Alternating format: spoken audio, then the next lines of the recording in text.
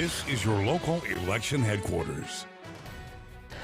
Welcome back. We're here with the Insurance Commissioner-elect, Tim Temple, and you are really jumping into things right away to try to address the insurance crisis that we're having here in Louisiana. How does it feel, really, the first steps that you're taking here so far? Well, I kind of feel it's like running into a burning house. Everybody is dealing with an insurance crisis in this state, and as I've said all along, I'm not going to wait until January 8th.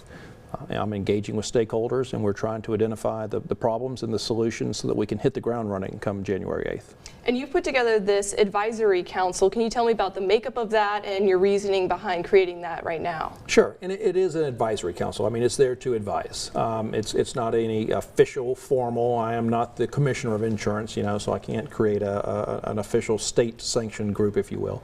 But the intent there is that there's five pillars, 5 buckets, if you will, that all revolve around insurance. And each of those is charged with their specific area of expertise to bring additional stakeholders to those groups.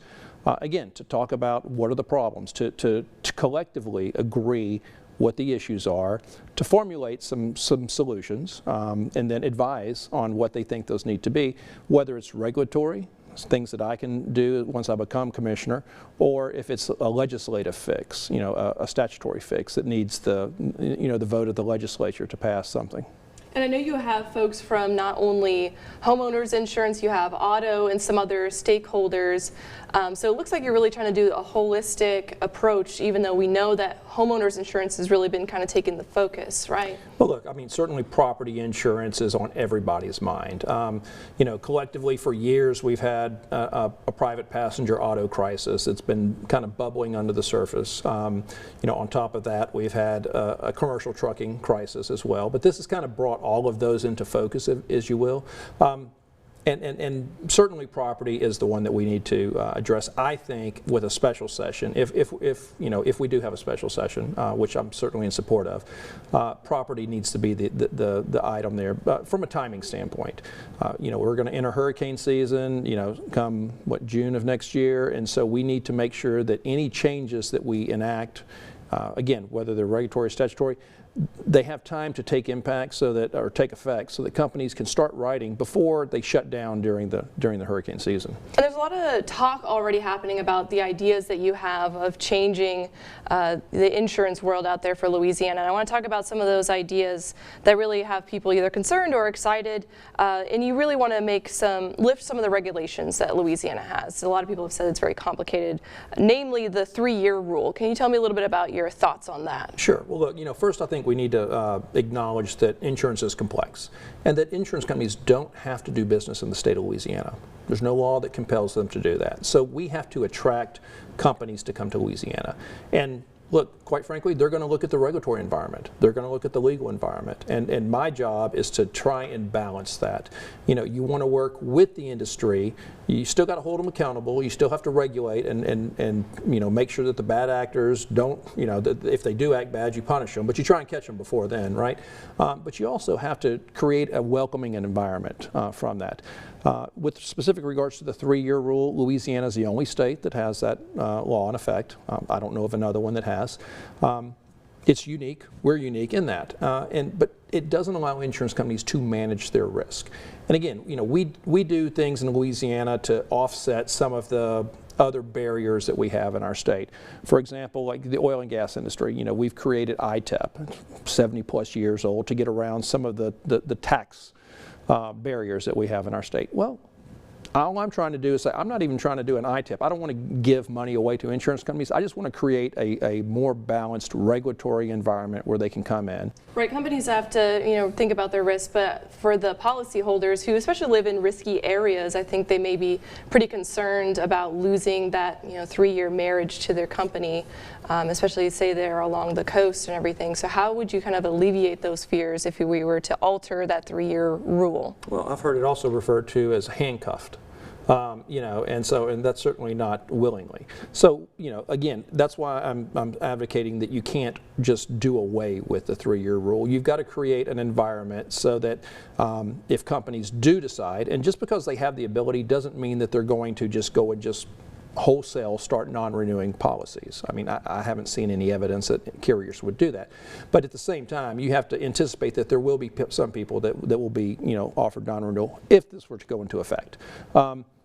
You got to make sure that there's a marketplace for that. We currently have Louisiana Citizens. It is intended for those risks that no other insurance companies want to write. I mean, that's by design.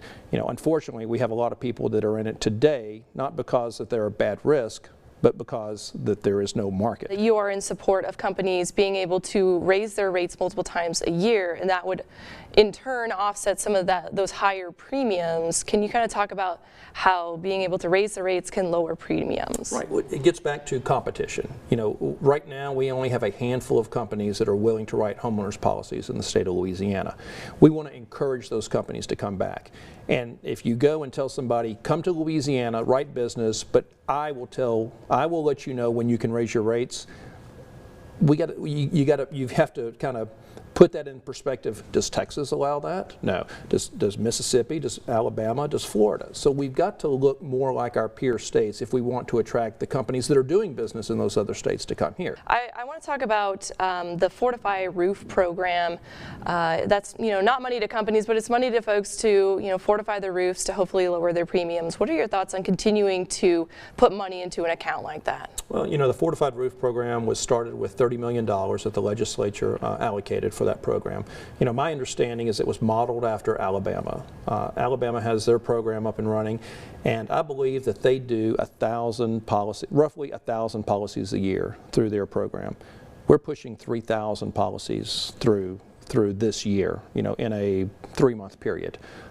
I don't know that we're set up for that, but I certainly I'm not an advocate of just creating a government program that's just going to live on and on and on. I mean, I think if we're going to allocate taxpayer dollars, then we probably need to be more selective on who we're trying to help and what areas we're trying to help. And these special sessions are usually only a week or two long, and I've seen these insurance bills in the legislative session. They are very controversial, especially for those folks along the coast. So how would you try to get legislators to sit down and get this done and get things passed in such a short period of time of a special session? Well, part of the job that falls on me is to help bring about these potential solutions, legislative changes, sell it, if you will, to the legislators, sell it to the governor, get them to believe, to buy in that this is going to make the change that we all want. And quite frankly, if I can't do that, and if I can't get the reassurance from the insurance industry that if we do pass one or two or three, make one or two or three changes to the law that they'll come back in and write, then I shouldn't be asking for it myself. So first and foremost, I have to work with the industry, identify what those, again, and to your point, these sessions can be, some of the insurance is very complex, so it needs to be very targeted, specific changes that will bring companies, that will encourage them to come back to Louisiana, or if they're already in Louisiana, write more business, so that we can all, benefit from that competition. Tim Temple, the incoming insurance commissioner, thank you so much for joining us today. Thank you so much. Glad to be here. We'll be right back.